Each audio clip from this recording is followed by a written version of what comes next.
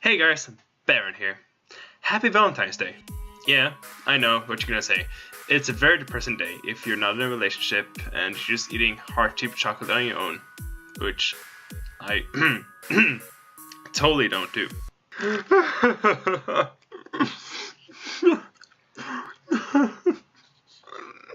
I'm gonna die alone.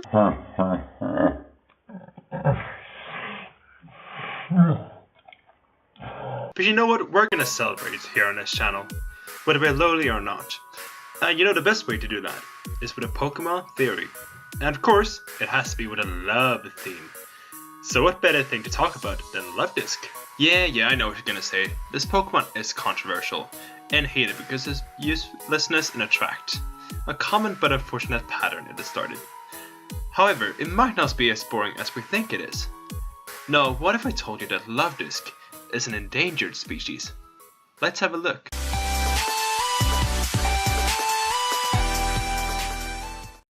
Now, in order to break this one down and understand if it's true, we need to look at where in the games you can actually find Luvdisc.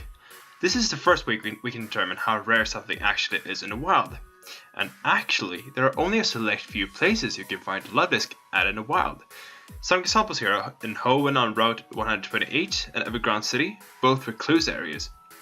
In Sinnoh, we see a common pattern with Luvdisc being found on Route 224 in the Pokemon League. And in Black and White 2, it can be found mostly in rippling water and with rods, although in more cities than previously. But we can certainly see a pattern here.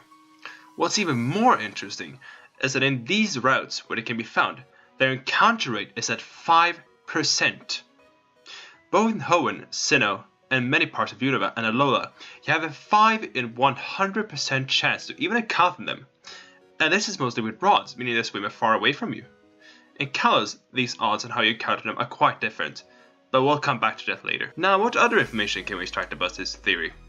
Well, if we look at the Pokédex entries that describe Luvdisc to us, we can see an interesting trend.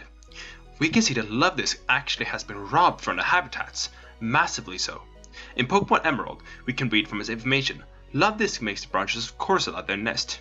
There's a custom from long ago of giving a Luvdisc as a gift to express one's feeling of love. We can see this type of a change in Heart Gold and Soul Silver too, saying that it is a common gift. In Pokemon Sun, we can say that if a Luvdisc is left on its own, it becomes desperate, leaving itself open to attack. That is when Pelipper snatch him up. In Pokemon Moon, we can read, loving couples have a soft spot for this Pokemon, so Honeymoon Hotels often release this Pokemon into their pools. We can actually see too that this trend is not a new one. In Ultra Sun's Pokédex entry for Luvdisc, we can read that there was an era in which it was overfished, due to the rumor that having one of its heart-shaped scales would enable you to find a sweetheart. So with this being an old trend, where we know that Luvdisc almost got extinct, and it continuing with many giving it as a token of love and using it for decorations, could it be that Luvdisc hasn't been able to truly repopulate since? This is where we go back to the Kalos region.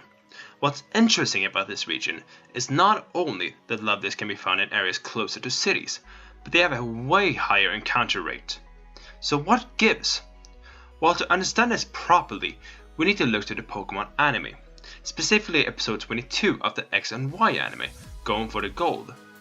Here we meet the director of Amber Aquarium, where they have a bunch of different types of fish and study the ecology of them. Now, if you don't know what ecology is, it's essentially the study of the habitats of animals and ecosystems in general. In this episode, Ash and his friends get to help the fishermen working for the aquarium try to catch a golden Magikarp. Now I know what you may be thinking, if they try to catch Pokemon, wouldn't that endanger the species even more? Well, no, not necessarily. It is common with many aquariums throughout the world to have conservation programs where they spread awareness about many endangered species of marine life and try to re-establish endangered animals back into the wild. In fact, this is like a major purpose that they have. So it is more than likely that this is a job of the fishermen. To catch Pokemon, re-establish them in the aquarium, and spread awareness about them to the public to later release them. So if we look at what other species of Pokemon we can see in the aquarium, we can see Piplups, and those cannot even be found in the wild in any region, strengthening this theory. In fact, they might be an endangered species as well, but that's a different theory for a different time. We can also see finions in this picture of the aquarium, which are also rare, almost exclusively found in the native Sinnoh region. We can even see Luvdisc in the aquarium. Like, that should be a huge clue. As further proof, we can see that the fisherman is after a shiny Magikarp, since that is golden too, and we all know how rare shinies are. And it wouldn't be the first time if the shiny versions of this splashy fish are in danger. We can also see the situation with the red Gyarados in Generation 2. All in all, this suggests that there is some type of conservation program that the aquarium holds in Kalos. It is the only aquarium in the Pokemon world after all, and this might be the very reason why it exists. And with the demands of our skills and Luvdisc's level of captivity, it is very likely that they have set up a program for this very species. So think about that the next time you go fishing and find a heart-shaped fish and want to give it to your special someone. Let's just leave this weakling alone. So guys, that was my theory. What did you think of it? Did you enjoy it? Did you agree with it? Leave a comment in the section below. I'd love to hear from you. And plus, drop a huge like. And of course subscribe so you never miss an upload from me. And it's very important, I tell you. That's it from me. So thank you for watching. I've been Baron, and I will see you in another episode. Surprisingly good.